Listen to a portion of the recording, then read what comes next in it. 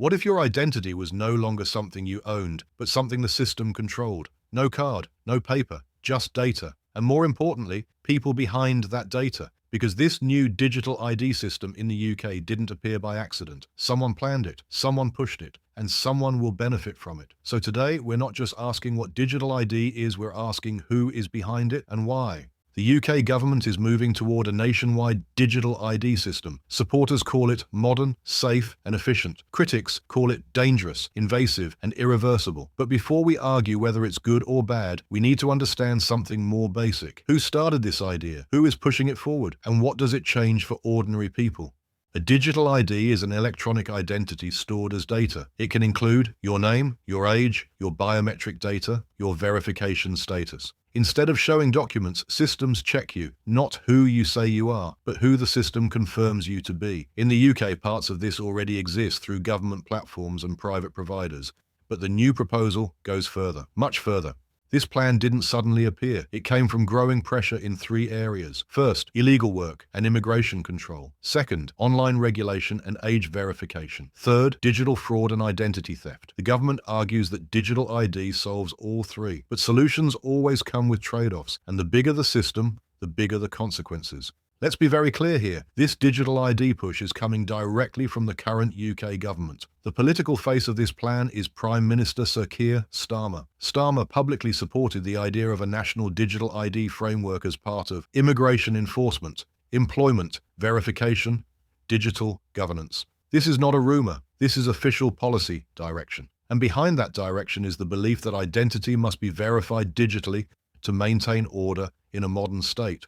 But leaders don't build systems alone. Policy planning and coordination matter. Inside the government, figures like Darren Jones play a key role in shaping how digital identity policies are structured and implemented. These are not tech experiments. These are long-term governance systems. Once implemented, they don't disappear. They become infrastructure. Supporters say it will reduce fraud, it will make life easier, it will protect children online, it will modernize the UK. They point to countries like Estonia as examples. But here's the problem. The UK is not Estonia, and systems behave differently depending on politics, laws, and power structures. Technology does not exist in a vacuum.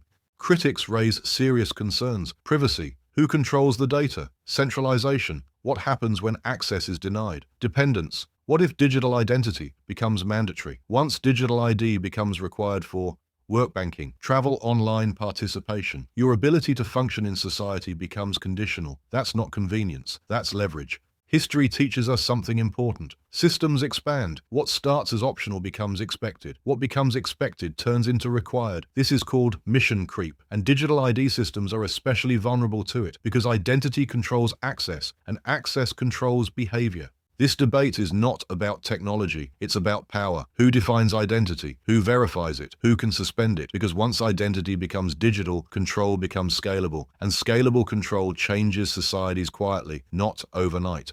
Digital ID could genuinely help people, or it could quietly redefine freedom. The difference depends on transparency, legal limits, and constant public scrutiny. Because once a system like this becomes normal, there is no rollback. The real danger isn't digital ID itself. It's accepting it without asking who built it and why. Since the plans were made public, millions of UK citizens have reacted. A petition opposing digital ID gathered nearly 3 million signatures, making it one of the largest e-petitions in British history, second only to major national campaigns. That's not a small protest. That's a significant portion of the population expressing clear concern. And this petition has already been debated in Parliament, a rare step for citizen petitions, showing the depth of public interest and anxiety. People are signing not just because they dislike the government, but because they fear the consequences. Privacy invasion, centralized personal data, mission creep, digital exclusion of vulnerable groups. Unlike a simple passport or driving license, a digital ID could track your interactions across public and private services. It's a digital trail of your life, raising serious questions about who controls that data and how it is used. In parliamentary debates, MPs from across all major parties, Conservative, SNP, Lib Dems, Green, and even some within the ruling party, have raised concerns about the digital ID proposal. They worry that privacy risks, potential exclusion of rural or older citizens, and the erosion of civil liberties are being brushed aside. One MP described the scheme as potentially fundamentally un-British, suggesting it contrasts with the UK's long tradition of limited state intrusion. The scheme, sometimes referred to as the Brit Card, would be mandatory for anyone working in the UK. Culture Minister Lisa Nandy confirmed this, and although the government frames it as a tool to reduce illegal working, opponents argue that it duplicates checks already in place. It doesn't change how employers currently verify identity. It introduces an unnecessary new layer of bureaucracy. Cybersecurity experts also warn that creating a centralized digital identity database, even with strong encryption, could become a major target for hackers. When a system holds everyone's data in one place, the potential impact of a breach rises dramatically. Experts point out a paradox. The more useful a system is, the more attractive it becomes for attackers. A centralized digital ID system could be a one-stop target for identity theft, mass data, breaches, fraud, and impersonation. Attacks, sensitive personal data, leaks. And even if stored locally on phones rather than a central server, the interconnected nature of digital IDs makes it difficult to fully eliminate risk. This isn't a hypothetical what-if. Cyber attacks against government systems happen regularly around the world. Another often overlooked concern is digital exclusion.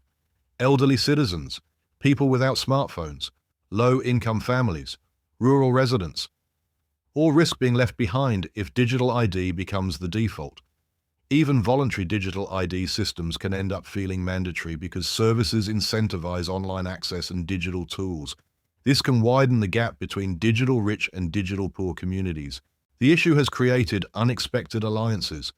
Civil liberties groups like the EFF and others have written to politicians urging them to drop the plan before Parliament debates it. Politicians from different parties, including some Conservatives and Scottish nationalists, oppose the mandatory ID cards. Meanwhile, some MPs argue that digital ID is a step toward modernisation and easier access to services. This political debate isn't one-sided, and that's exactly why it deserves careful public scrutiny. So what's the bottom line? Digital ID could make certain processes more efficient and secure, but it also risks centralizing too much data, normalizing state surveillance, excluding vulnerable groups, expanding beyond its original purpose. And most importantly, the people themselves have not clearly consented to this shift. When nearly 3 million people petition against it, that's not just noise, that's a message. The digital identity debate is far from over. It's nowhere near being resolved. Because at its core, this is a question about freedom, privacy, trust, and the future of our interaction with our government, and whatever happens next. The British public is watching and making its voice heard. What do you think? Comment and subscribe.